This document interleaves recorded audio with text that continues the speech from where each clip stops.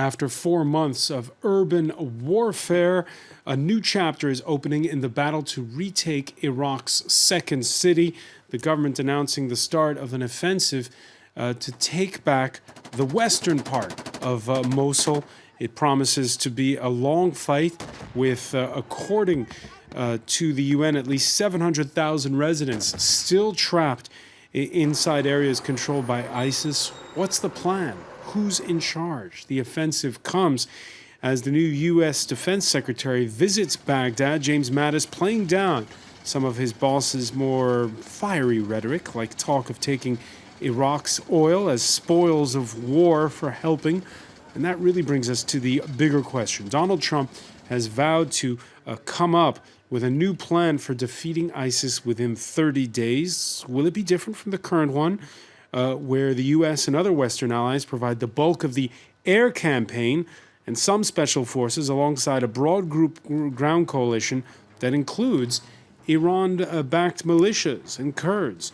Will the White House start to weigh in on the Russia-backed campaign by the government of neighboring Syria, which includes a small dose of engaging ISIS around the ancient city of Palmyra, while most of the shelling is more than ever directed at rebels elsewhere? Today in the France 24 debate, we're looking at the long battle to retake Mosul. With us, Sarah Daniel, senior correspondent for the French news magazine L'Obs.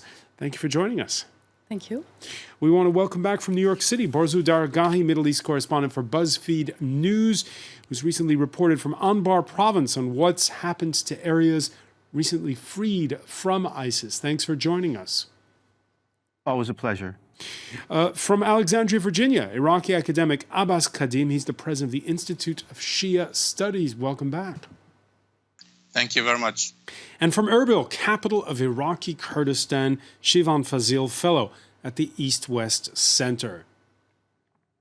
The France 24 debate, where you can join the conversation on Facebook and Twitter, the hashtag F24debate. The offensive began early on Sunday. First objective, Mosul's airport, in an onslaught already slowed by the blowing up or the damaging of 5 bridges over the Tigris River. Julia Kim has more. Leading the charge towards Mosul's airport. Coalition forces gather on the city's southern limit for a second day of fighting. Iraqi Federal Police and the Interior Ministry's elite rapid response units attempt to push out the IS group from the strategic village of Al Busaif.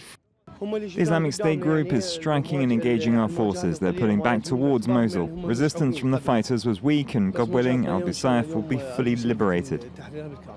The hilltop village overlooks the airport and provides IS militants with a natural defense line. Capturing Al Busaif brings Iraqi forces a step closer to taking Mosul's airport, which would act as a support base from where they would launch a ground assault into the city's west. Mosul is divided into 2 halves by the Tigris River. Coalition forces retook the eastern half after about 3 months of fighting. The western half is still under Islamic State group control. With all the bridges crossing the Tigris River destroyed, the jihadists are gearing up for a siege. Iraqi forces are preparing for the most difficult phase of their offensive. Western Mosul's narrow alleys will render combat vehicles almost useless, taking the battle to the streets. Adding to concerns are the estimated 700,000 people still living in the city, half of whom are children.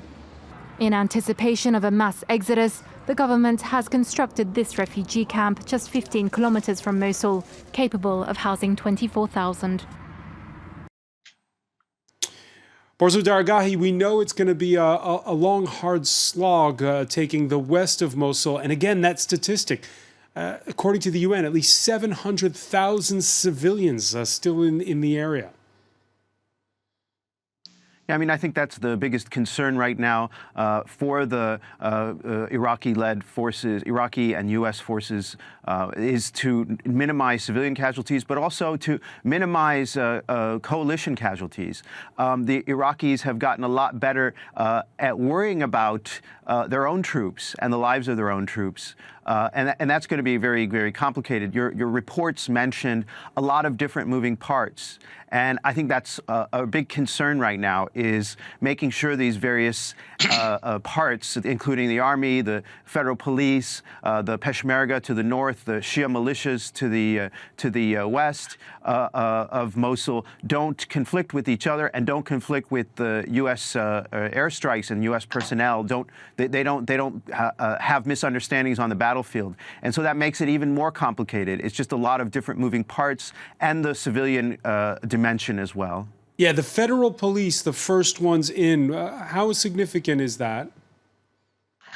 I think they're very well trained. They did a great job in Anbar, the Iraqi police forces, the Ministry of Interior troops that fought alongside sometimes the Iraqi army, and also various militias, paramilitaries, Hashid al-Shabi, the popular mobilization units. In Anbar, they did a very good job. They're battle-hardened, they're experienced, they're determined. They tend to be less sectarian in terms of composition, more balance between the various segments of Iraq. And I think that's really important for the Mosul fight, that it's not seen as some kind of sectarian cleansing operation by the Shia-dominated government against the mostly Sunni city of Mosul. And so the forces that are spearheading the assault to retake Mosul are, by and large, for example, the army units that are very, very well balanced in terms of sectarian composition, and the federal police that, although led by a former Shia militia person who's the head of Ministry of Interior right now, is generally balanced in terms of sectarian composition. Sarah Daniel, you were in that area at the end of December. When Boris was talking about all these different moving pieces, it is a coalition. And it's important to spell out who's doing what in all of this fighting. Did you get a sense that they were working well together, or it was hard to tell? What was it like? It's always difficult to predict the outcome of a battle. And we can say that the first part, the eastern part, went really well. I mean, of course, there were casualties, but it was well managed, as Boris said, as far as the sectarian engagement was concerned. So is it going to be the same for the western part? That's very different. Each time it's a totally different outcome. And we can look here at the map. And because the Iraqi soldiers are going to have to go around because of the bridges. The bridges are destroyed, so they will have to go around and go through the western part. And in the western part, you also have the Shia militias, and a lot of actors, as you know, are involved. And you have maybe the Turkish at some point that. And at the center there, we see the old city, and the old city is a maze of tiny streets. Of course, it's a maze, and the people are willing to stay. And of course, we have to say that they were given the advice to stay, because obviously no one wants to have a huge afflux of migrants going out of the city. So it's going to be, sometimes street by street battle, and I think it's going to take a long time. Although I have to say it's very difficult to predict. Very difficult to predict, and we still have, of course, sniper fire from time to time in the east of the city. Absolutely, it's not settled at all in the eastern part. You have a lot of snipers and ambush, and still these huge tunnels that can shelter a lot of these Daesh insurgents. Shivan Fazil, do you share this assessment? I do agree with my colleagues about the offenses on eastern Mosul and southwest of Mosul. I think when it comes to running the show, we are very much over-concerned about the liberation process, but not what is coming after the areas were retaken from ISIL. I think the reports that I am having here in Erbil and Kurdistan region, especially around the areas and territories that is regained in eastern Mosul, that we see more and more random arrests and arbitrary pickups by the security forces that are holding the ground in eastern part of the city. And that's the main concern of the humanitarian organization, and especially the rights-based organizations like Amnesty International, that very recently released a report about the violations that is conducted in the eastern part of Mosul in some of the neighborhoods, and also in southwest of Mosul. I think I am very much I agree with my colleagues, but I am very much highlighting what's going to happen after ISIL is being taken out of the city. Once ISIL's been chased from the city, as you say, right now, what's your sense of how much the different militias, the different factions that we've been talking about are taking orders, direction from Baghdad or the advice of the U.S. Observers that are on the ground? I think the agreement that was in place before the operation began in October was for the army to go in, supported by some of the Hashd al-Wataniya or the Sunni militias as part of the popular mobilization forces. But as long as the second part of the offense, that's to liberate the west side of the city, starts, the federal police will start to move in. I think these were around a couple of thousands of federal police forces, which was trained. They were trained by Italians, but this is not going to happen, as we have seen over the last several weeks, and that's why we see more reports of violations of human rights coming out from in fact, different people and organizations that have the access to the eastern Mosul, and as I said, recent report from Amnesty International, but also Sunni deputies who are representing the Nineveh province in the Iraqi parliament have come out with also accounts of people who have been picked up, despite the fact that they have been previously screened and they were cleared up to go back to their areas, but they have been picked up again, and for sometimes they have been asked for extortion in return of their release.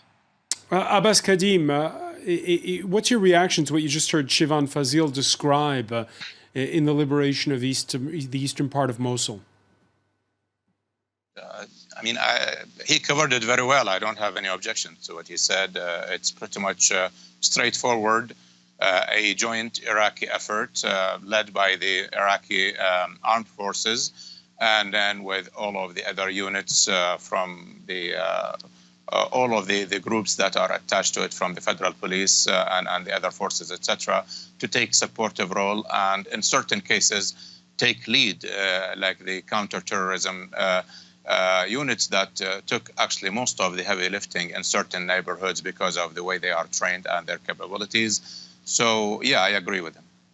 A lot of the suspicion on the part of Sunnis, on the part of Kurds, has been directed in particular to the popular mobilization forces, which are Iran-backed militias. We saw after the human rights violations in Tikrit, that the liberation of that city, that there were those kinds of concerns going into this fight in Mosul. Are things getting better in your view in that regards?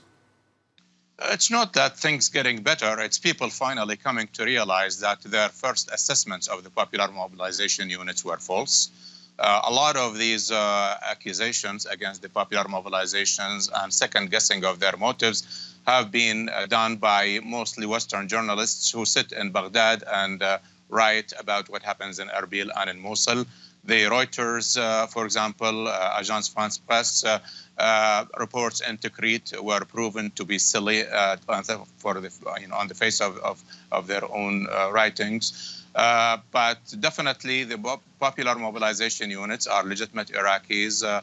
They are part of the Iraqi government legally. The parliament just added them to the Iraqi forces, calling them Iran-backed is really unfair and quite frankly incorrect. And in terms of their capabilities, I mean, they are very capable. They have been, as it was said earlier by one of my colleagues, they were seasoned by the fight. Remember, these were all volunteers. Many of them had no experience in fighting, and they gave a lot of casualties in the beginning, but they learned how to fight on the job, and now they are getting much better, more effective in certain places. They've done better job than their counterparts.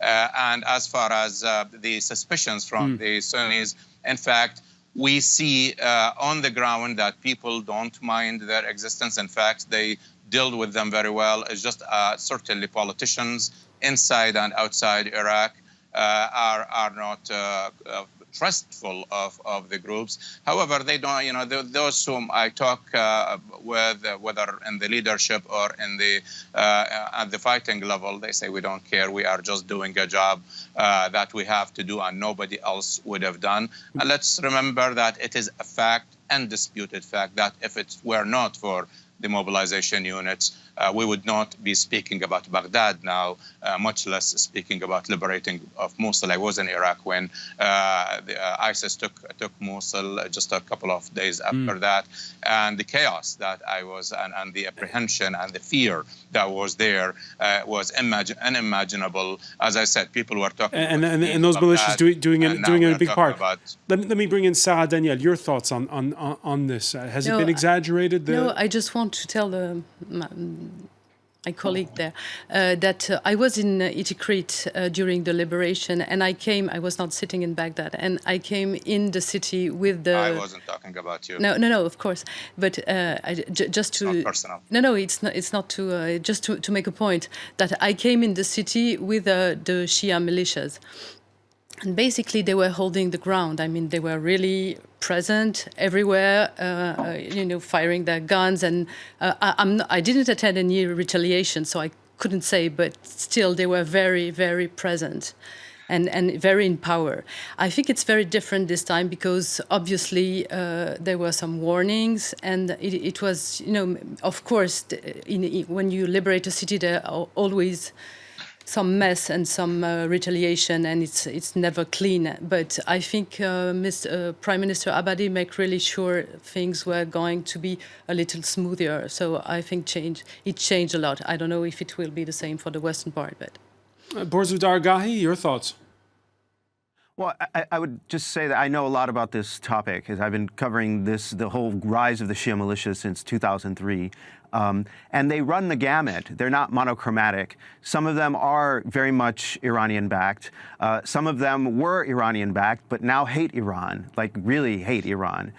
Some of them are Sunni militias, Sunni paramilitary groups. There are now Christian Christian militias. There are Yazidi militias. So they run there's a whole bunch of different politics and ethno-sectarian compositions to them. And, I think that you cannot deny that they have been, responsible for human rights violations. But, I was just in Baghdad actually just a few weeks ago, and went up to Erbil and sort of hung out with the Shia militias and so on. And one of the impressions that I got, and one of the things that people were saying to me in sort of researching the militias, was that, one guy came out and said flat out to me, taking prisoners on the battlefield is not part of Iraqi culture. And so I think that I think there is that feeling on the part of some of the fighters. I don't think it's just about the militias. I think that if there are human rights problems with regard to the aftermath of Mosul or any other liberated city, it's an Iraqi problem in general. I don't think there's any evidence whatsoever that the Iraqi army or the federal police are any better at dealing with these sorts of situations where you have a suspect on the battlefield than the militias. As a matter of fact, I was in Anbar, as you mentioned earlier, and spent a lot of time there late last year. And the Sunni militias and the Sunni forces were just as harsh towards suspected ISIS collaborators as any Shia militia would have been. As any Shia militia would have been. I think there's a broader problem. A broader problem. We're going to have to take a very quick break. We'll be back. You're watching the France 24.